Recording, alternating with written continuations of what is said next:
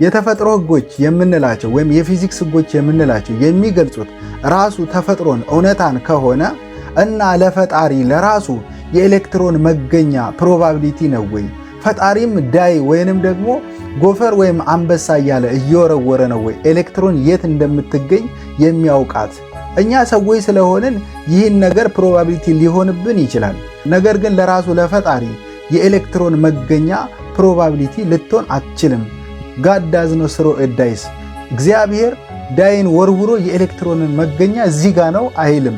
ይህንን ዓለም ለፈጠረው ፈጣሪ የኤሌክትሮን መገኛ ዳይን ወርውሮ ወይንም ደግሞ አንበሳ ወይም ጎፈር እያለ ወርውሮ አይደለም ኤሌክትሮንን የሚያገኛት። ስለዚህ እኛ ስላላወቅን ነው እንጂ የፊዚክስ ህጎች ፕሮባቢሊቲ ኔቸርን የሚገልጹማ ሊሆኑ አይችሉም ብሎ ፊርምሊ ይህንን ሐሳብ ተቃወመ ማለት ነው አልበርት አንስታይን። አንስታይን ኳንተም ፊዚክስን አስመልክቶ የተደረሰበትን ድምዳሜ አልወደደውም። በተደጋጋሚ God does not play a dice እያለ መቃወም ጀመረ ማለት ነው።